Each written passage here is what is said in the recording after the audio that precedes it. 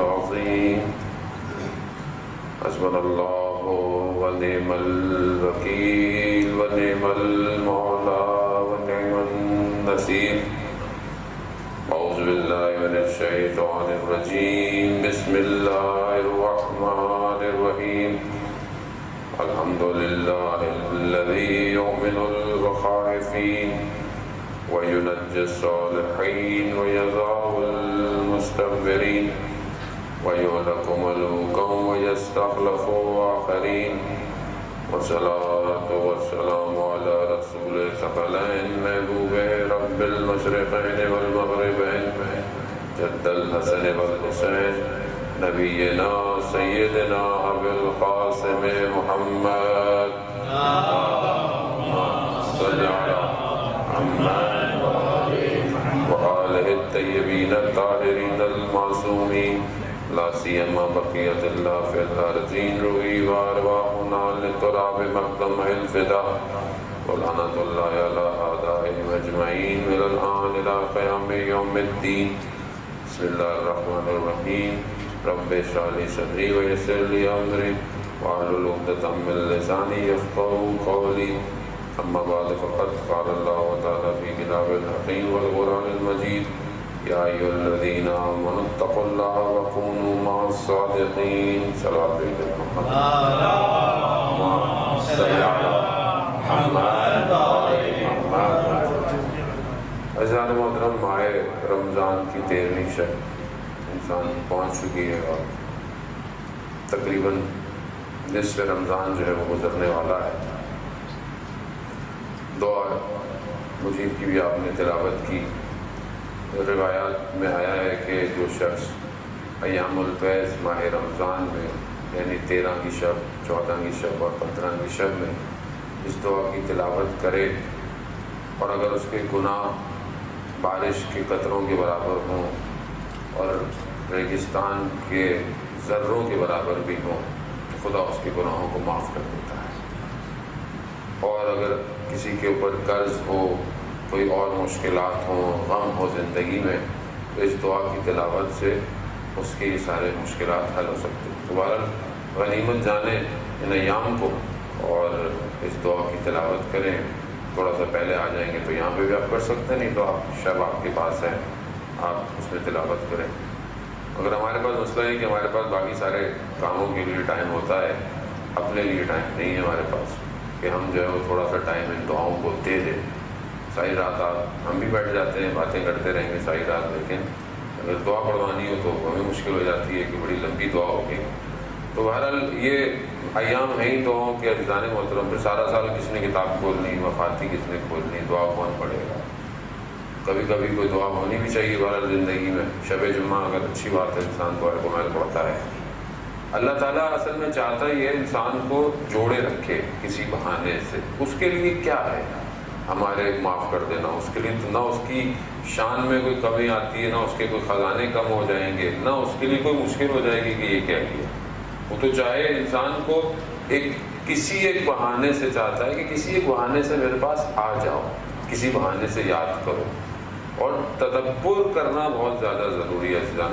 پڑھنا تو اچھی بات ہے, پڑھیں گے, ترجمہ بھی تو پڑھیں, تھوڑا سا دیکھیں سکیں مانگ کے آ رہا ہوں خدا سے جو بار بار ہم اس دعا کے اندر کہہ رہے ہیں پروردگار جہنم کی آتش سے, آگ سے نجات دے. اور پھر اس کے بعد خدا کی صفات انسان بیان کرتا ہے کہ نہیں واسطے سے خدا جہنم کی آگ, کیونکہ ہم اس کو سیریس نہیں لے رہے اس لیے ہمیں اس کا اندازہ نہیں ہے. لیکن اگر انسان ذرا سا بھی اس کو سنجیدہ لے لے تو انسان کو پتہ چل جائے. ایک شہید دستغیر کہ آپ کی صلوات ان کے درجات میں اضافہ فرما.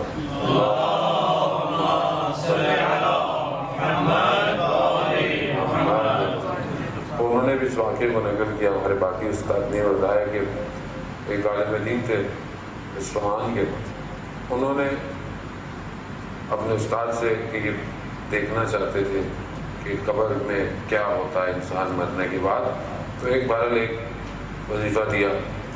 اصفہانی کے قبرستان میں وہ رات گزارنے چلے گئے. ابھی بھی وہاں پرانے قبرستان آپ دیکھیں جہاں آپ نجف جاتے ہیں, وادی السلام میں بھی دیکھیں تو قبریں کمروں کے اندر ہیں. یعنی ایک فیملی ہے تو اس کے ایک کمرہ سا ہے، اس کی پوری فیملی وہاں دفن ہوتی ہے، اس طرح وہ بناتے تھے پرانے زمانہ۔ تو وہ اسی طرح ایک جگہ میں ایک کمرے میں وہ رات کو چلے گئے عبادت کرنے۔ ویسے میں دیکھا کہ کوئی جنازہ آیا ہے، اس کو رکھ کے چلے گئے کہ صبح دفنائیں گے، رکھ کے چلے گئے۔ تو ساتھ میں ایک قاری کو بھی بٹھا دیا کہ ساری رات بیٹھ کے قرآن کی تلاوت کرتا رہے۔ تھوڑی دیر میں انہوں نے ان کو ظاہر برزخی نگاہ جب ان کی کھلی تو انہوں نے دیکھا کہ 2 ملائکہ آئے ہیں اور آگ کی گرز ہاتھ میں ہے اور اس شخص کو مار رہے ہیں۔ وہ جو قاری ہے اسے نہیں پتہ چل رہا، وہ تو قرآن پڑھے جا رہا ہے۔ انہوں نے ان سے وہ ایک لمحہ، وہ جو چیخ تھی، وہ آگ تھی، اتنی ان کے وجود پہ اثر کی کہ ان کا اپنا وجود جو ہے وہ جسے کہتے ہیں پیرالائز ہو گیا۔ کہتے ہیں میں نے اپنے آپ کو بڑی مشکل سے اس کمرے سے باہر نکالا، کسیل کے، اور بے ہوش ہو گیا۔ صبح جب میرے شاگرد آئے تو وہ اٹھا کے لے گئے اور ہاسپٹلائز ہو گئے۔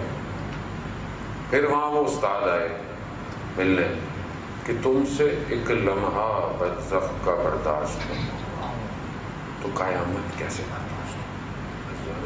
ہم ہمارے لیے ہم سمجھ نہیں رہے نا، کیونکہ ہمیں چیز نظر نہیں آ رہی ہے، مگر قرآن بار بار کہہ رہا ہے، آیات روایات بار بار کہہ رہی ہیں کہ متوجہ ہو جاؤ، تفکر کرو، فکر کرو۔ لیکن کیونکہ ہم اپنی زندگی میں اتنے پیک ہیں، اتنے زیادہ مصروف ہیں، بزی ہیں کہ ہمیں مطلب چیزیں انسانی سمجھ میں نہیں آتی کہ ہم ان پر عمل کریں نہیں کریں، یا اکثر بات ہمارے ہم کر لیں گے پھر کر لیں گے، ابھی طرح کام ہو جائے۔ مثال کے طور پر ہم کہتے ہیں بھائی زیارت پہ چلے جائیں، تھوڑا انسان کچھ کر لے۔ اور آپ کو پتہ ہے کہ زیارت امام حسین علیہ السلام جو ہے، درود بھیجے محمد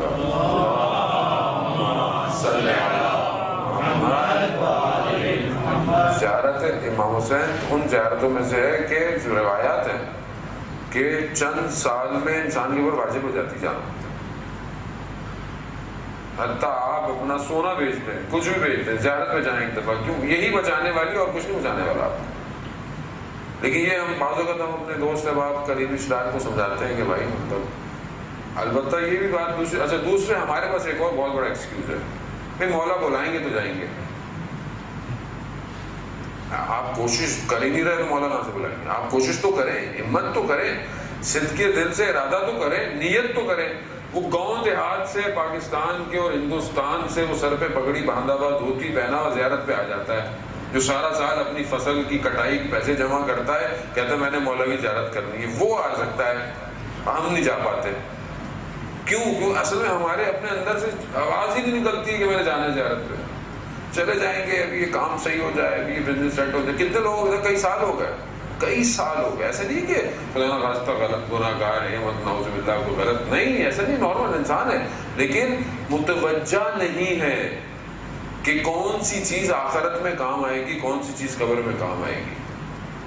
لیکن ہمارے پاس وہ ہم دھیان نہیں دیں، ایکسکیوز ہے ہمارے پاس۔ قرآن تلاوت کر لیں مول صاحب، کبھی کر لیں گے۔ امام جعفر صادق علیہ السلام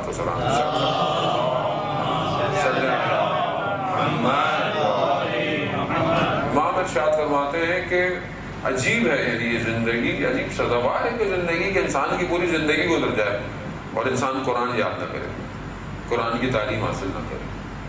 اور جیسے بولے میں تو بوڑھا ہو گیا ہوں، میں تو نہیں کر سکتا۔ ایک چھوٹی آیت تو روز بندہ یاد کر سکتا ہے، کچھ تو کر سکتا ہے۔ ایک آیت اگر آپ روز پڑھیں تو اگر صرف پڑھیں بھی صحیح اور اس کو ترجمہ پڑھ لیں، ایک آیت پڑھیں اس کا ترجمہ پڑھیں، تھوڑی دیر سوچ لیں۔ 365 دن کتنی آیتیں ہوگی؟ 365 دن کتنا آپ تفکر کر لیں گے، کتنا آپ کے اندر فرق آئے گا۔ مگر وہ ہمارے پاس تو وہ بھی ٹائم نہیں ہے۔ ہمارے پاس نہ دنیا ہے، یا تو ہم بولے ہمارے پاس دنیا کے اسکائی اسکریپرز کھڑے ہوئے ہیں، ہمارے تو جو ہے وہ باہر جیٹ پلین الگ سے کھڑے، نہ ہمارے پاس دنیا ہے، نہ ہمارے پاس دین۔ اصل تو دین ہی ہے، جس کے پاس دین ہوتا ہے دنیا میں اسی کے پاس صحیح والی آ جاتی ہے، باقی دنیا تو واپس پلٹا دی جائے گی، جو بھی ہے روئی کے کالوں کی طرح سب اڑ جائے، کسی کو پتہ بھی نہیں چلے۔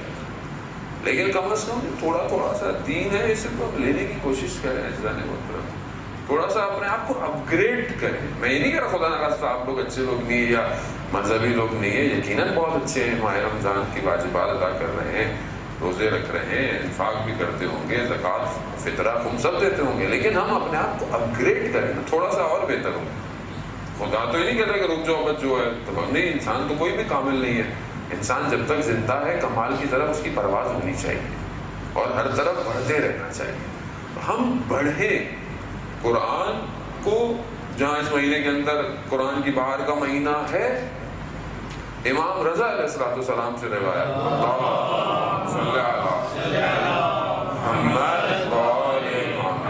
امام سے روایت ہے, امام 3 دن میں قرآن ختم کیا کرتے تھے.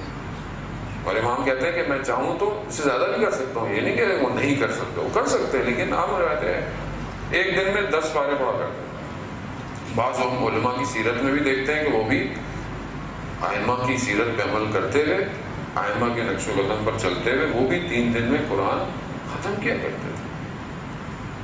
اب ٹھیک ہے میں اپنی ظرفیت دیکھوں لیکن ہمارا کیا ہوتا ہے کہ ہم پہلے ہی ہمارے اندر سے ایک آواز آ جاتی ہے میں تو نہیں کر سکتا, یہ کیسے ہوگا, یعنی خود بخود اپنے لیے میں نہیں کر رہا ہوں, نفی, یعنی اپنے آپ کو نیگیٹو نہیں کر سکتا. یہ ایک بہت بڑا مسئلہ ہے عزیزان محترم. یہ صرف اسلامی یا دینی معاملات میں نہیں, دنیاوی معاملات میں بھی ہے.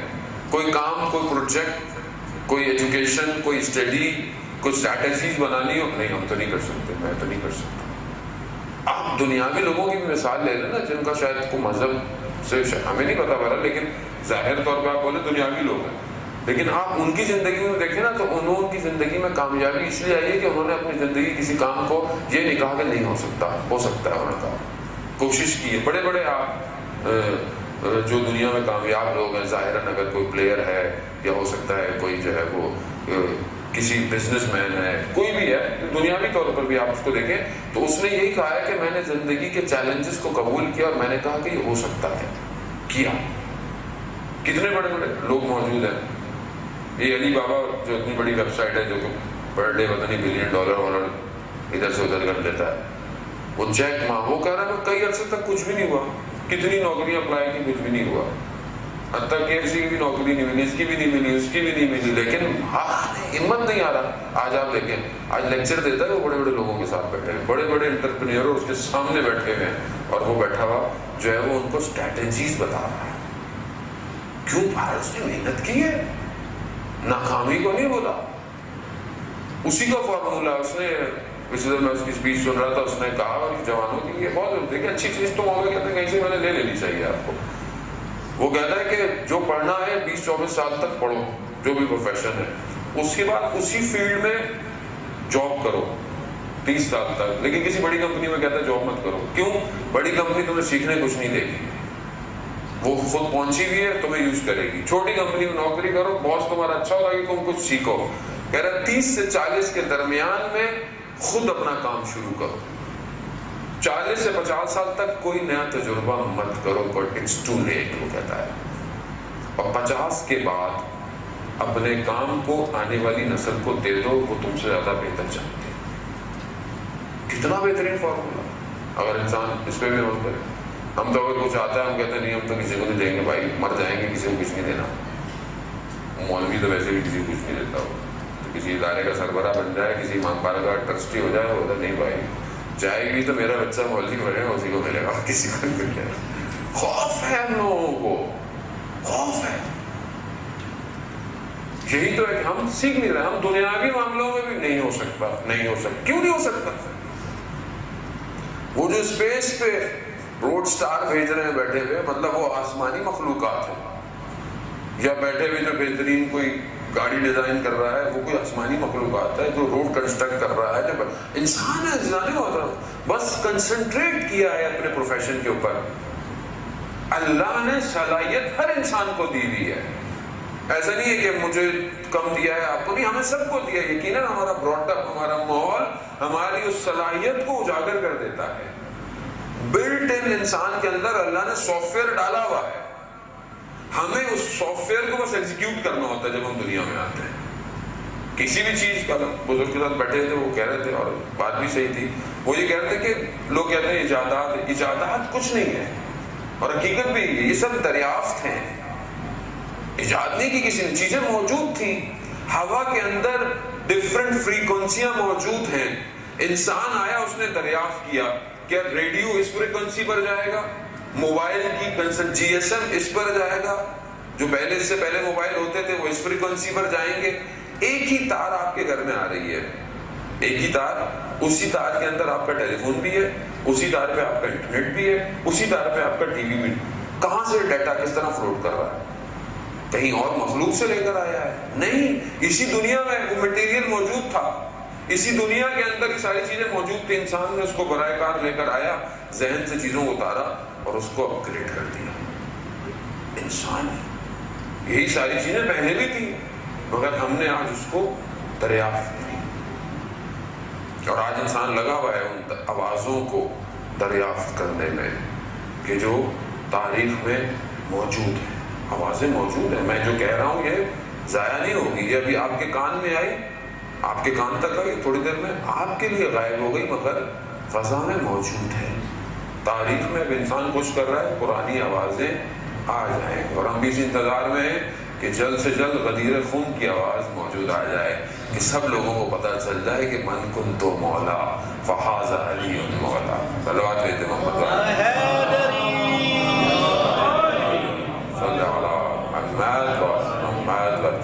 نعرہ دوبارہ لگا دیں تاکہ نعرہ صحیح طرح نعرے ہی جائیں گے اور کچھ بھی نہیں رہ جائے گا. میں آپ کو بتا رہا ہوں یہی چیزیں ہیں جو اوپر لے کے جاتی ہیں, باقی تو سب یہی رہ جاتا ہے. انہی کے صدقے میں ہی سب چل رہا ہے, اور ہمارا کچھ بھی نہیں. یہی نام آگے پیچھے لگتے ہیں.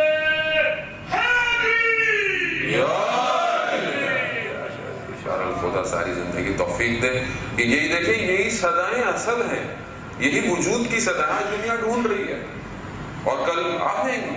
دن دور نہیں ہے. ظاہر انسان ہلکے ہلکے تیار ہوتا ہے, ظرفیت انسانی بھی یہی ہے, لیکن میں بہت کچھ کر سکتا ہوں عزیزان محترم. یہ خواب و خیال نہیں ہے جو آج آپ دیکھ رہے ہیں. دنیا آج جہاں پہنچی, یہ 60-70s میں انسان نے تخیلات میں اپنے نکال لیا تھا کہ ایسا ہوگا ویسا ہوگا. میں بھی جب پاکستان میں یوفل لانچ ہوا تو وہاں پہ اس کے سٹارٹ میں تھا, تو وہ میں شروع سے بتایا ایسی ڈیوائسز بن رہی ہیں, ایسے ہوگا. اس ٹائم کوئی تصور نہیں تھا اس طرح کے موبائل کا, اصل کوئی پروڈکٹ تھی نہیں اس وقت, بٹ انہوں نے ریسرچ کو پیش کیا تھا ایسا ہوگا. آج وہ آپ کے سامنے, آج سب آپ کے سامنے. تو ہم بہت کچھ کر سکتے ہیں اگر ہم تھوڑا تدبر اور تفکر کریں. اور اسلام ہمیں یہ روم دیتا ہے کہ تمہارا تدبر اور تفکر بہت زیادہ اسٹریٹجیکل اور ہدف مند ہو سکتا ہے اگر اسلام کے راستے سے سوچو. قرآن کے اوپر تدبر کریں, فکر کریں, ایک آیت پڑھیں, تفکر کریں, فکر کریں. صدر اسلام کے اندر ایک صحابی ہے ابو بطحہ انصاری یا طلحہ انصاری, وہ کہہ رہا ہے میں قرآن کی تلاوت کر رہا تھا, ایک آیت پر آیا کہ لن تنالوا البر حتی تنفقوا مما تحبون, کہ اس سے بڑی کوئی بھی نیکی نہیں ہے کہ اس چیز کو انفاق کرو جس سے تم محبت کرتے ہو, جو تمہیں بہت زیادہ پیاری ہے. کہہ رہا ہے میں سوچنے لگ گیا کہ یعنی اس سے بڑی کوئی نیکی نہیں ہے. تو کہتا ہے میں نے سوچا تو میرے پاس بہت بڑا باغ ہے, اس کا باغ بہت زبان زد تھا اس زمانے میں, مدینہ میں مشہور تھا کہ اس کا باغ میں اتنے درخت ہیں, اتنے پھل ہیں, اتنا پانی فراوان ہے. تو یہ سوچنے لگ گیا مما تحبون, کہ میں اس سے زیادہ محبت کرتا ہوں. گیا رسول خدا کی خدمت میں, کہا یا رسول اللہ یہ جو تحبون ہے سب سے زیادہ محبت ہے, تو مجھے اپنے باغ سے بہت زیادہ محبت ہے, اس کو میں خدا کی بارگاہ میں, خدا کی راہ میں دیتا ہوں. تو رسول خدا نے کہا کہ یہ بہت بہترین سودا ہے تمہارا, بہت بہترین, لیکن بہتر یہ ہے کہ اس کو اپنے خاندان اور اقربا میں تقسیم کرو. ہمارے لیے بھی یہی ہے. اول تو ہم دیکھیں تو صحیح ہمیں سب سے زیادہ محبت کس چیز سے ہے. دوسرا, ہم پہلے اس کو انفاق کہاں کر رہے ہیں, کدھر کر رہے ہیں, کس راستے پر کر رہے ہیں. اپنے اطراف میں دیکھیں, اپنے رشتہ داروں میں دیکھیں, اپنے قریبی لوگوں میں اقربا میں دیکھیں, پہلے ان کو کریں. حدیث میں بعض اوقات آیا کہ بعض اوقات کہتے ہیں بھی اس میں دے دیں, فی سبیل اللہ دے دیں, جبکہ آپ کے فیملی میں شاید کسی کو زیادہ ضرورت مند ہے, آپ اس کے بجائے آپ کہتے ہیں ادھر ڈال دیں. ہر چیز کا روایات نے لیول بیان کیا ہوا ہے عزیزان محترم. سب سے پہلے روایات کی نظر میں آپ کے لیے آپ کی اپنی اہل و عیال، آپ کے اپنے بچے، آپ کی اپنی فیملی ہے، ان کو سروائیو نہیں کرنا چاہیے کہ وہ سروائیو کر رہے ہیں اور آپ بولے میں ادھر دے رہا ہوں، میں ادھر کر رہا ہوں۔ پہلی ذمہ داری آپ کی وہ ہے۔ پھر آپ کے والدین ہیں۔ بعض اوقات ہم اب اس کا مطلب قطعاً نہیں کہ والدین کا احترام نہیں ہے یا بالکل آپ ان کو کرتے نہیں۔ پہلا میری اولاد اور میرا وہ ہے کہ پھر میرا اسپین تھوڑا دائرہ بڑا ہوتا ہے، میرے والدین ہیں، میں والدین کو کروں۔ بعض اوقات بعض لوگ جو ہے وہ اپنے بچوں اور اپنے زوجہ کو جو ہے وہ شکنجے میں، مشکلات میں رکھ کر اپنے اطراف میں زیادہ کر دیتے ہیں۔ غلط ہے۔ بیلنس بہت ضروری ہے عزیزان محترم۔ ماں باپ کو بھی دینا بہت ضروری ہے۔ ماں باپ کو دینا، ان کی خدمت کرنا، ان کا احترام کرنا، حتیٰ ان کے لیے دعا کرنا آپ کے رزق میں اضافہ کرتا ہے، حدیث سے کہتی ہے۔ اگر آپ اپنے والدین کے لیے دعا نہیں کرتے، ان کی زندگی کے لیے، ان کی توفیق، تو کہیں اگر آپ کے رزق میں مشکل ہے تو آپ دیکھیں کہ آپ کی دعاؤں میں آپ کے والدین ہیں یا نہیں ہیں۔ مجھے تو ویسی فرصت ہی نہیں ملتی، میں تو اپنے لیے دعا پوری نہیں ہوتی، میں دوسروں کے لیے کیا دعا کروں۔ پھر والدین کے بعد آپ کے رشتہ دار ہیں، پھر اس کے بعد فقراء، مسکین، اور پھر آخر میں فی سبیل اللہ ہے، یعنی اللہ کے راستے پر ہے۔ تو ہم یہ دیکھیں کہ ہم انفاق کر کہاں ہیں۔ ماہ رمضان انفاق کا مہینہ ہے، افطار کا مہینہ ہے۔ اچھا، ہماری افطاری بھی اپنے لوگوں کو ہوتی ہے، اپنے لوگوں کو جو پیٹ بھرے ہیں انہیں کو کرا۔ بھائی کسی ایسے کو کرا لیں کہ جس کے افطار سے بھی ثواب تو ان کو بھی ملے گا، لیکن جو ہے کہ آپ اولویت آپ کی اس جگہ ہونی چاہیے کہ جہاں شاید نہیں پہنچ رہا شاید کچھ کیوں اسلام خود احکام روزے کے اندر آپ کا جو روزے کا فدیہ ہے، بیمار ہے نہیں رکھ سکتا ہے یا کچھ ہے، کیوں کہا کہ 3 مد یعنی 750 گرام جو ہے وہ آپ آٹا یا گندم یا جو بھی چیز آپ کھاتے ہیں کیوں ہے؟ تاکہ یہ ڈرائیو کرے۔ پیسہ دینا وہ کہتے ہیں پورا نہیں کرتا اس بات کو جب تک آپ اس چیز کو اصل تک نہ پہنچائیں۔ کیوں؟ تاکہ بھوکھوں کے پیٹ بھرے۔ شکم بہت ضروری ہے۔ ہم آگے بڑی بڑی باتیں، اسلام کی دلیلیں اور یہ ہمارے مولانا یہاں پہ بھی آئے، آغا داؤدانی صاحب یہاں پہ بھی آئے، یقیناً وہ بیان کر رہے تھے کہ کینیا گئے وہ یا نیروبی، تو وہاں انہوں نے ایک بلیک جو سیاہ پوش تھا، وہ مسلمان تھا، تو اس سے پوچھا کہ بھئی یہاں اور مذاہب بھی تبلیغ کر رہے ہیں، ہم بھی تبلیغ کر رہے ہیں، تو آپ ہمارے مذہب کی تبلیغ کو کس ریٹنگ میں لاتے ہیں، یا مطلب آپ کے نزدیک کون سا مذہب بہت اچھا ہے تبلیغ میں؟ تو اس نے کہا کرسچینٹی، مسیح جو ہے وہ ان کو میں 100 نمبر دوں گا تبلیغ کے۔ کہا کیوں؟ کہا آپ لوگ آتے ہیں دلیلیں محکم، یہ وہ اس کی باتیں کرتے ہیں، اللہ یوں ہے، یہ اور وہ کیسے آتے ہیں؟ وہ پہلے آ کے دیکھتے ہیں کہ اس علاقے میں ہاسپٹل کی ضرورت ہے، وہ پہلے آ کے ہاسپٹل کھولتے ہیں، اگر ہاسپٹل نہیں کھول سکتے تو ایک کلینک کھولتے ہیں، پہلے ان کی بیماریوں کا علاج کر، پھر ایک کمیونٹی سینٹر کھولتے ہیں، اس میں اسکول کھولتے ہیں تاکہ ان کے بچے کہیں تعلیم حاصل کر سکیں۔ کہہ رہا تیسرے مرحلے پر انہیں اپنے مذہب کی دلیل دینے کی ضرورت نہیں ہوتی، وہ خود مسیح ہو جاتے ہیں۔ کہتا آپ پہلے آگے دلیلیں دینا شروع کر دیتے ہیں۔ اسلام بار بار کیوں فقراء کھانا کھلاؤ، اور ائمہ کی زندگی میں آپ جا کر دیکھیں کتنے امام رات کی تاریکی میں فقراء کو کھانا کھلا رہے ہیں۔ اب ایسے جملے مصائب کے ہیں، لیکن بہرحال 5ویں امام جب اپنے والد محترم امام سجاد کو جب غسل دے رہے تھے تو راوی کہتا ہے کہ میں نے دیکھا امام کے کمر پر کچھ نشان ہے۔ کہہ رہے اس وقت تو میں نہیں پوچھا، میں نے بعد میں پوچھا کہ مولا یہ آپ کے والد کے کمر پر نشان کیسے تھے؟ کہا بابا رات کی تاریکی میں بوری میں کھانا بند کر کر فقراء میں تقسیم کیا تھا۔ یہ امام ہے، سید الساجدین ہے، زین العابدین ہے، امام ہے، مگر جا کر فقراء میں کھانا تقسیم کرنا۔ یہ چیز ہماری زندگی میں کہاں؟ آپ بولیں گے یہاں فقراء نہیں ہے، وہ فقراء نہیں ہے، لیکن ہو سکتا ہے کم انکم والے لوگ ہوں، ایسے لوگ ہوں کہ شاید جن کے لیے سیونگ کرنا مشکل ہو۔ کتنے لوگوں کی میرے پاس لسٹ ہے کہ میں چلیں افطاری ان تک پہنچا دوں، سحری کا کچھ پہنچا دوں، یہاں نہیں تو پاکستان میں، ہندوستان میں کتنے لوگوں کو میں جانتا ہوں، اطراف میں، محلے میں، مسجد میں، جتنی اور آرگنائزیشن بھی ہیں جو آپ جس پر ٹرسٹ کرتے ہیں، آپ جانتے ہیں کہ یہ صحیح کام کر سکتے ہیں آپ۔ کتنا میں اپنے آپ سے زیادہ دوسروں کی فکر میں ہوں، کتنا میں اپنے دسترخوان سے زیادہ دوسرے کے دسترخوان پر ہوں۔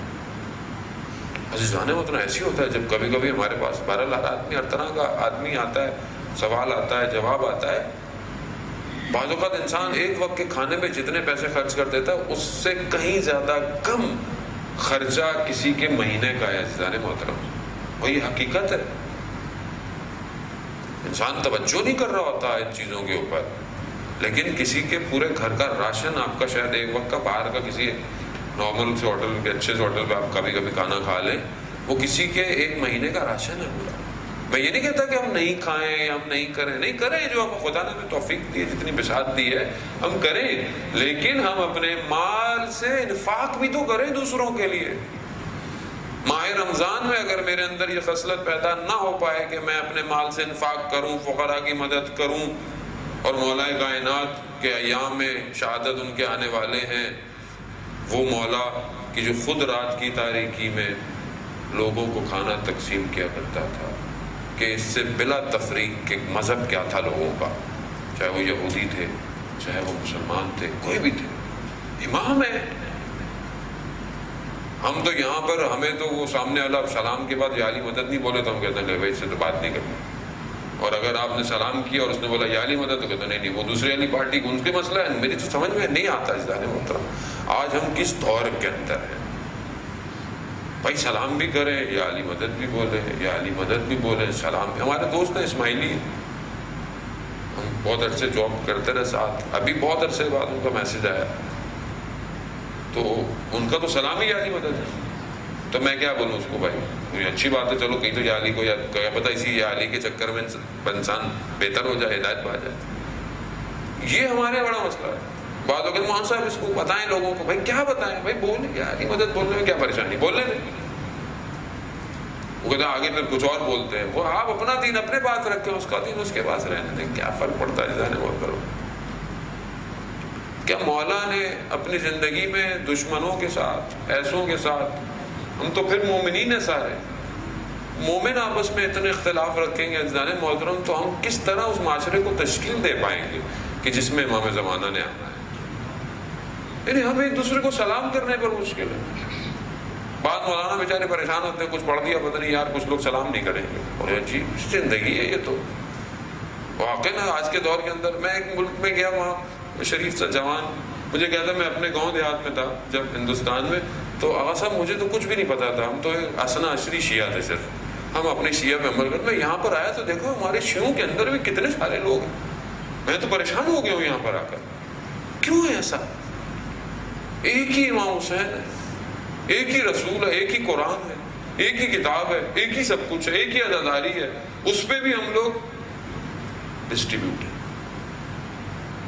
یہ مشکل دین کی نہیں ہے عزیزان محترم، یہ میری اپنی مشکل ہے، یہ میرا اپنا نفس ہے، وہ میری اپنی خواہشات ہیں، میں نے اپنے لیے ایک الگ چیز بنائی ہوئی ہے بس۔ دین یہ نہیں ہے عزیزان محترم، دین قربانی ہے، دین اثار ہے، دین اپنے وجود سے گزر جانے کا نام ہے۔ دین کربلا کیا تھا، کربلا کیا ہے، یعنی اپنے وجود سے گزر جاؤ تو پھر کربلا ہے۔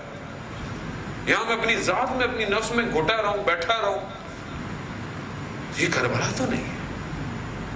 اور ماہ رمضان آپ کو جب قرآن کہہ رہا ہے کہ وہ چیز تم محبت کرتے ہو اس کا انفاق کرو، محبت انسان، اور بعض روایت ہے کہ جو تم اپنے لیے پسند کرتے ہو اپنے بھائی کے لیے وہی پسند کرو۔ اب اگر بھائی آپ مومنین بھائی نہیں لیتے تو کم سے کم سگے بھائی کو تو لے لیں، کہ کیا میں اپنے سگے بھائی کو جو بہرحال میرا والدین سے میرا بھائی ہے، کیا میں اس کے لیے وہی پسند کرتا ہوں جو اپنے لیے پسند کر رہا ہوں؟ یا اپنے لیے تو اچھا کپڑا لیا، چلو اس کے لیے تھوڑا سا ہلکا سا لے لو، تھوڑا سا یہ لے لو۔ ایسا ہے عزیزان محترم، یہ پریکٹیکل چیزیں ہیں عزیزان محترم۔ جب ہم ان روایتوں کو پریکٹیکلی امپلیمنٹ نہیں کریں گے تو پھر میں کیسے اس معاشرے کی طرف بڑھوں جس کے لیے خدا نے مجھے خلق کیا؟ اپنے بچے کے لیے تو میں اچھے کپڑے دوں، اپنے بھتیجوں کے لیے، اپنے بانجوں کے لیے، اپنی بانجیوں کے لیے، وہ یہاں پھر دوسری بھی آ جاتی ہے۔ تو مسائل بھی تو معاشرے میں اتنے زیادہ ہیں، بھائی کے بچوں کے لیے تو بھائی بولیں گے خوب، ہماری بہن کے بچوں کے لیے بھی تو کپڑے لیں، یہ بھی ایک مسائل ہے، یہ بھی اسی معاشرے کے مسائل ہے۔ بہرحال اب کرنا تو پڑتا ہے کہ کیا کریں، بیلنس تو آپ کو دیکھیں کرنا ہے، لیکن پوری کوشش کریں عزیزان محترم اپنی زندگی میں لوگوں کو راضی رکھیں، راضی رکھیں جتنا ہو سکتا ہے۔ کیوں؟ کیونکہ آپ اگر اس دنیا میں ایسے رہیں گے نا تو آپ کے جانے کے بعد آپ مولا کائنات کی اس حدیث کا مصداق بن سکتے ہیں کہ جب تم دنیا میں زندہ رہو تو لوگ تم سے محبت کریں، اور جب تم دنیا سے چلے جاؤ تو لوگ تم پہ گریا کریں۔ ایسا رہوں نا میں زندگی میں کہ میرے جانے کے بعد لوگ گریا کریں، بولے ہاں اچھا آدمی تھا۔ ایسے رہیں زندگی میں، کچھ کمی نہیں آتی عزیزان محترم، مال کم نہیں ہوتا دیتے وقت، مال بڑھتا ہے ہمیشہ دیتے وقت۔ جتنا آپ دبا کے رکھیں گے وہ کم ہوتا رہے گا۔ اور ویسے بھی اگر اللہ کی خاطر آپ یہ کام کر رہے ہیں تو حدیث بھی ہے کہ جو تم نے اللہ کی راہ میں یا اللہ کی خاطر دیا وہی باقی رہ جائے گا، اور جو تمہارے اپنے پاس ہے وہ ختم ہو جائے گا۔ تو ہم اس محبتوں کو پھیلائیں۔ آیت اللہ مجتہدی تہرانی کے آپ کے صلوات ان کے درجات میں اضافہ فرمائیں۔ اللہم صلی علی محمد۔ وہ اپنے شاگردوں کو کہتے تھے کہ طالب علم سارے تھے تہران میں، بہت بڑے عارف تھے وہ، تو وہی کہتے تھے کہ تمہاری زوجہ کہے گی کہ بھائی یہاں جانا ہے، وہاں جانا ہے، یہ لینا ہے، وہ لینا ہے، تو کہہ رہے کبھی منع نہیں کرنا۔ وہ فارسی میں کہتے ہیں، وہ کہتے تھے کہ فارسی میں کہتے تھے جب بھی کچھ کہے تو بولو چشم چشم، یعنی ضرور میں کروں گا کروں گا۔ کہتے کرنا وہی جو تم کر سکو، لیکن نہ نہیں بولنا کبھی۔ کہہ رہے زندگی تمہاری بہت اچھی گزرے گی۔ تو فارمولہ ہے، کبھی انسان انکار نہ کرے، بساط اپنی دیکھے، بولے ہاں جائیں گے، ہاں انشاءاللہ جائیں گے، پردے چینج کرائیں گے، ہاں بالکل کروا لیں گے، فرنیچر ہاں ہاں بالکل ہو جائے گا، ہاں ہاں بالکل ہو جائے گا، چلے جھوٹ بھی نہیں بول رہے، خدا توفیق دے ہو بھی جائے گا، لیکن آپ نہ کریں۔ بعض اوقات ہم ایک دم ریئیکٹ کر دیتے ہیں، ماحول خراب ہو جاتا ہے۔ ذہن میں ماحول اچھا رکھیں، گھر کا ماحول اچھا رہے گا، زندگی سکون میں ہے، یہ یاد رکھیں۔ یہی وہ جگہ ہے کہ جس کو ہم نے مینیج کرنا ہے، امتحان یہی انسان کا مینیج کرنا ہے۔ وہ آپ نے مولانا رومی نے مثنوی کے اندر شاید پہلے میں نے واقعہ بیان کیا ہو کہ بہرحال وائس ورثہ ہے، خواتین یہ نہ سمجھیں کہ ہم مردوں کی سائڈ لے رہے ہیں یا خواتین، ایسا نہیں، وائس ورثہ ہے، دونوں کے لیے۔ انہوں نے مثنوی میں بیان کیا، ایک شخص تھا جو گاؤں دیہات میں رہتا تھا، تو اس کے بڑے مسائل تھے، سوالات تھے زندگی کے، روح کے، عبادات کے، کھیتوں کے۔ تو اس نے کہا، سنا ہوا تھا کہ فلانے گاؤں میں ایک شیخ صاحب رہتے ہیں، میں ان کے پاس جاؤں۔ تو اس کی فصل اصل کٹی کر کے گیا شیخ صاحب کے دروازے پر تک الباب کیا، تو اندر سے خاتون آئی، کہا کہ جی شیخ صاحب ہیں؟ کہا کون شیخ؟ کوئی شیخ ویخ نہیں ہے یہاں پہ، آ جاتے ہیں شیخ صاحب سے۔ وہ بیچارہ بڑا افسردہ ہوا، پتہ نہیں بولا غلط گھر چلا گیا، کیا ہو گیا۔ خیر وہاں گیا تندور والے کے پاس، تو اس سے پوچھا بھائی شیخ صاحب ہیں؟ کہنے لگا ہاں شیخ صاحب بالکل۔ شیخ صاحب جنگل گئے ہوئے لکڑیاں کاٹنے، لکڑیاں کاٹتے ہیں، میرے تندور میں مجھے دیتے ہیں، میرا تندور چلتا ہے، ان کا گزارا ہوتا ہے۔ مطلب بھائی یہاں اس طرف وہ چلا گیا، وہ جنگل کی طرف جانے لگا تو جنگل گھنا تھا، اسے تھوڑا سا ڈر ہوا کہ کہیں جنگل میں کچھ نہ ہو، پلٹنے لگا تو دیکھا کہ ایک بہت نازک سا، بہت ضعیف سا کوئی شخص جو ہے وہ آ رہا ہے تو دیکھا اس کے برابر میں جنگل کا شیر بھی آ رہا ہے، اور اس کی پیٹھ کے اوپر لکڑیاں بھی رکھی ہوئی ہیں۔ اب یہ گھبرا گیا، تو بہرحال اس نے ڈرتے ڈرتے پوچھا آپ شیخ صاحب کو جانتے ہیں؟ کہا میں ہی شیخ صاحب ہوں۔ تو کہتا مجھے آپ سے کام تھے، تو کہا کہو بیٹھ جاؤ۔ کہتا ہے مگر یہ اس نے نا شیر کی طرف کہا کچھ نہیں کہے گا، یہ بھی بیٹھ گئے، شیر بھی بیٹھ گیا آرام سے۔ اب اس نے اپنے سوالات شروع کیے، کھیتوں کے، عبادات کے، روح کے، سب مسائل کیے۔ شیخ صاحب نے بہترین جواب۔ تو جب اٹھنے لگا تو کہنے لگا شیخ صاحب جتنا میں نے آپ کے بارے میں سوچا تھا اس سے کہیں زیادہ بلند آپ کو پایا، مگر میری سمجھ میں نہیں آئی۔ جب میں آپ کے گھر گیا، جو آپ کے گھر میں کام کرنے والی خاتون ہے وہ آپ کو بڑا برا بھلا کہہ رہی تھی۔ تو شیخ صاحب نے کہا کہ بھائی زبان سنبھال کر بات کریں، وہ ہمارے گھر میں کام کرنے والی نہیں ہے، وہ ہماری زوجہ ہیں۔ ان کے ان جملوں پر ہم تحمل کرتے ہیں تو یہ جنگل کا شیر گھٹنے ٹیک کے بیٹھا ہوا ہے ہمارے۔ تو یہ عزیزان محترم یہ دونوں کے لیے ہے، یہ آپ خوش نہ ہو کہ مطلب آپ وہ بھی برداشت کر رہی ہیں ہمیں، یہ تو اس خاتون سے پوچھے جو ہم جیسے کو برداشت کر رہی ہیں۔ یقیناً تھوڑا ہمت چاہیے، آپ تو پھر باہر نکل کے تھوڑا سا سانس وانس لے لیتے ہیں، وہ تو بیچاری گھر میں بچے، کچن اور یہ وہ ہمیں بھی تحمل کر رہی ہے۔ تو یہ ہے کہ یہ کمال پر پہنچانا عزیزان محترم ایسی ہے، انسان اپنے اندر کے سافٹ ویئر کو تھوڑا سا تبدیل کرے، ڈیفیوز کرے۔ ماہ رمضان ہے، اتنی جو بیماریاں ہیں، ہمارے استاد رفیع کہہ رہے تھے کہ بہت ساری روح کی بیماریاں قرآن کی تلاوت سے دور ہو جاتی ہیں۔ قرآن کہہ بھی رہا ہے، بہت سی آیات میں کہہ رہا ہے کہ شفا ہے تمہارے سینے کے اندر کی چیزوں کی، شفا ہے قرآن۔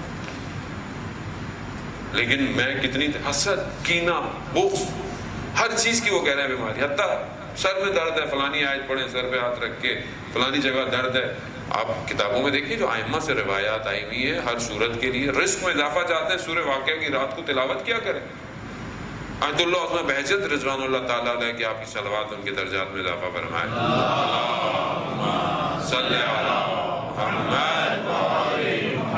آیت اللہ عظمہ بہجت نے یہ ایک جو ہے وہ وظیفہ دیا کہ جو اسلامی مہینہ پیر سے، منڈے سے شروع ہو، یعنی پہلی تاریخ منڈے کو ہو دن، تو سورہ واقعہ کا عمل انہوں نے بتایا جو رزق کے لیے بہت زیادہ بہتر ہے، یعنی رزق اور بھی کوئی مشکل کام ہو تو اس کے لیے عمل کیا ہے کہ پہلی منڈے کو اگر پہلی تاریخ ہے، مثلا پہلی شوال ہے، پہلی رجب ہے، جو بھی ہے، تو آپ سورہ واقعہ شروع کریں گے، دن بڑھتے جائیں، سورہ واقعہ بڑھاتے جائیں، دوسری کو 2 دفعہ، تیسری کو 3 دفعہ، چوتھی کو 4 دفعہ، یہاں تک کہ 14 تاریخ آ جائے مہینے کی، اور 14 دفعہ پڑھیں 14 کے صدقے میں، پہلی سے لے کر 14 تک روز بڑھاتے رہیں۔ وہ کہتے ہیں یہ عمل کریں انشاءاللہ، اور بندے حقیر نے اس کو کئی دفعہ جو ہے وہ پریکٹیکلی امپلیمنٹ کیا ہے، اور یقین کریں کہ خدا غیب سے دروازوں کو کھولتا ہے اور عطا کرتا ہے۔ ہم بلیو تو کریں، اور ویسے بھی اگر سورہ واقعہ روز رات کو پڑھے رزق میں برکت کے لیے ہے۔ اس طرح بہت ساری صورتیں ہیں، صبح سے پڑھے، جتنی انسان توان رکھتا ہے پڑھنا چاہیے۔ عزیزان محترم، یہ جو میں کہتا ہوں میرے مسائل حل نہیں ہو رہے، میری مشکلات، میں کتنا قرآن کی طرف رجوع کرتا ہوں۔ قرآن کی صرف تلاوت انسان کو تبدیل کر دیتی ہے، دل تبدیل کر دیتی ہے۔ ہمارے استاد نے واقعہ ایک کوٹ کیا، ایک جیپنیز کا، جیپنیز تھا چائنا میں، اس کی دوستی ہو گئی کسی انجینئر سے، مسلمان انجینئر تھا، اس سے دوستی، تو وہ کہتا ہے کہ میں نے تحقیق کیا، ریسرچ کر کر میں مسلمان ہوا، وہ جیپنیز کہتا ہے۔ تو اس نے اپنے دوست کو کہا کہ میری 2 بیٹیاں ہیں، تو میرے گھر کبھی آؤ، وہ مسلمان نہیں ہوتی ہیں، وہ کرسچن ہیں، لیکن وہ میں ان کو بہت سمجھاتا ہوں، میں چاہتا ہوں کہ میری بیٹیاں بھی مسلمان ہوں۔ تو وہ گیا ان کے گھر پہ، اس سے گفتگو ہوئی، تو ان کی گفتگو سے اندازہ لگا، تو بچیوں نے سوال کیا کہ خاتون کی نکاح، یعنی خاتون کے لیے اسلام کیا بیان کرتا ہے، ایک وومن کے لیے اسلام میں کیا جگہ ہے۔ تو کہتے ہیں میں سمجھ گیا کہ یہ وہ جو دنیا میں شبہات اور اشکالات کہ اسلام جو ہے وہ خاتون کو نیچے رکھتا ہے، اسلام جو ہے خاتون کو درجہ نہیں دیتا، یہ سب ان کے ذہنوں کے اندر ہے۔ تو کہتا ہے میں نے کچھ بھی نہیں کیا، کہتا ہے میں نے قرآن کی جو سورہ احزاب کی آیت تھی اس کو انہیں دیا پڑھنے کو، اور کہا کہ یہ پڑھیں۔ سورہ احزاب کی آیت جو ہے وہ آیت نمبر 35، کہہ رہے میں نے انہیں دی۔ وہ آیت کیا ہے؟ اس آیت میں تقریباً 10 جو ہیں وہ صفات بیان کی گئی ہیں مردوں کی، اور اسی کے برابر میں عورتوں کی، تو بیلنس دیا گیا ہے۔ آیت کیا ہے؟ بسم اللہ الرحمن الرحیم، ان المسلمین والمسلمات والمؤمنین والمؤمنات والقانتین والقانتات والصادقین والصادقات والصابرین والصابرات والخاشعین والخاشعات والمتصدقین والمتصدقات والصابمین والصابمات والحافظین فروجہم والحافظات والذاکرین اللہ کثیرا والذاکرات اعد اللہ لہم مغفرۃ واجرا عظیما۔ 10 خصوصیات بیان کی، اور خصوصیات کیا ہیں عزیزان محترم؟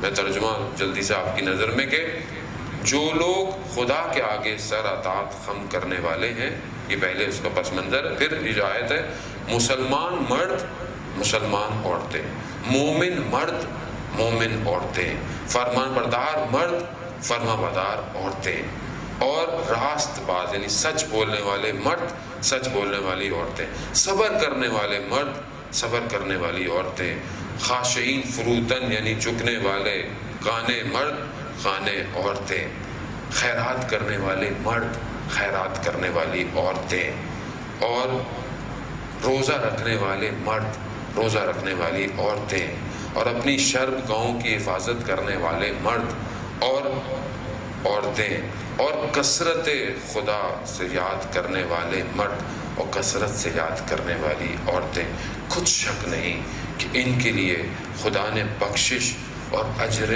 عظیم ادا کر رکھا ہے۔ کہتے ہیں یہ جب میں نے انہیں دیا، دوبارہ انہوں نے مجھے بلایا اور وہ بچیاں مسلمان ہو گئی، ایک قرآن کی آیت سے، ایک قرآن۔ ہم کتنا قرآن پڑھتے ہیں اور کتنا قرآن پہ تدبر کیا۔ وہی جو ان کے ذہن میں شبہ تھا کہ اسلام میں خاتون کی، عورت کا مقام کیا ہے، ایک آیت عورت کے مقام کو بتا رہی ہے، جہاں مرد ہے وہیں عورت ہے۔ وہ یقیناً اب اسلام میں جو مرد کے تقاضے ہیں اس کی چیزیں، کیونکہ مرد بہرحال باہر ہے، مرد کے 100 ایسے کام ہیں جو خاتون نہیں کر سکتی، اس کا دیا الگ ہے، اس کا وارث وہ ایک الگ ہے، کیونکہ اس میں مرد ایک فیملی کے اوپر ایک مینیجر کی جگہ رکھتا ہے، وہ اس کے کام۔ لیکن باقی جگہوں پر کہیں پر بھی خاتون کو اسلام کم نہیں دکھاتا۔ ایک آیت پہ تدبر۔ وہ فضیل کا واقعہ، وہ جو شخص تھا جو اپنے زمانے میں چوریاں اور ڈاکے اور مطلب تھا، وہ جب وہ ایک گھر میں کود کے جا رہا تھا رات کو، تو برابر والے گھر میں قرآن کی آیتوں کی تلاوت ہو رہی تھی۔ وہ آیت کہ کیا وہ وقت نہیں آ گیا کہ لوگ اپنے دلوں سے خدا کا خوف ہو۔ وہ ایک آیت سنی، اس نے رک گیا، کہہ رہا ہاں وہ وقت آ گیا۔ ایک آیت، ایک آیت قرآن کی، ایک جملہ معصوم کا زندگیاں بدل سکتا ہے۔ مشر حافی امام موسیٰ کاظم کے دور کے اندر، امام موسیٰ کاظم گلی سے گزر رہے تو دیکھا کہ کنیز باہر آئی اور اندر مشر حافی جو تھا وہ گانے اور اس طرح کی چیزیں اور محفل اور مطرب جو ہیں وہ مجالس کرنا، یہ وہ مولا گزر رہے تھے تو کنیز باہر کچرا رکھنے آئی۔ تو مولا نے پوچھا کس کا گھر ہے؟ بندے کا گھر ہے کہ غلام کا گھر ہے؟ آزاد کا گھر ہے۔ نہیں، غلام بندے کا گھر ہے یا آزاد کا گھر ہے؟ کہا کہ آزاد کا گھر ہے۔ کہا کہ اگر بندہ ہوتا تو ایسا کرنا ہوتا۔ یہ کہا اور چلے۔ جب وہ واپس گئی تو پوچھا کہ کنیز سے کہ دیر کیوں ہوئی؟ کہا وہ امام گزر رہے تھے۔ تو کیا کہا؟ کہا امام نے کہا کہ آزاد کا گھر ہے کہ بندے کا ہے؟ تو کہا تم نے کہا؟ میں نے کہا آزاد کا گھر ہے۔ تو کہا امام نے فرمایا کہ اگر بندے کا گھر ہوتا تو ایسا نہ ہو۔ اسی وقت بھاگا ہے۔ ہر ایک میں لکھتے ہیں کہ جوتیاں بھی نہیں پہنی، اس لیے اس کو کہا جاتا تھا مشر حافی۔ جوتیاں بھی نہیں پہنی، دوڑتا ہوا امام کے پاس گیا ہے، توبہ کی، اور پھر اتنا بڑا عارف بن گیا کہ بعض علماء بیان کرتے ہیں کہ ننگے پاؤں چلا کرتا تھا، اور جہاں سے بھی گزرتا تھا راستے پہ اگر کوئی جانور بھی ہوتا تھا تو راستہ خراب نہیں کرتا تھا۔ خام میں پہنچ گیا سارے محترم، کیونکہ اسی حالت میں اس نے توبہ کی تھی۔ ایک جملہ معصوم کا زندگی بدل سکتا ہے۔ ایک جملہ تھا امام کا جس نے ایک شخص کو بدل دیا۔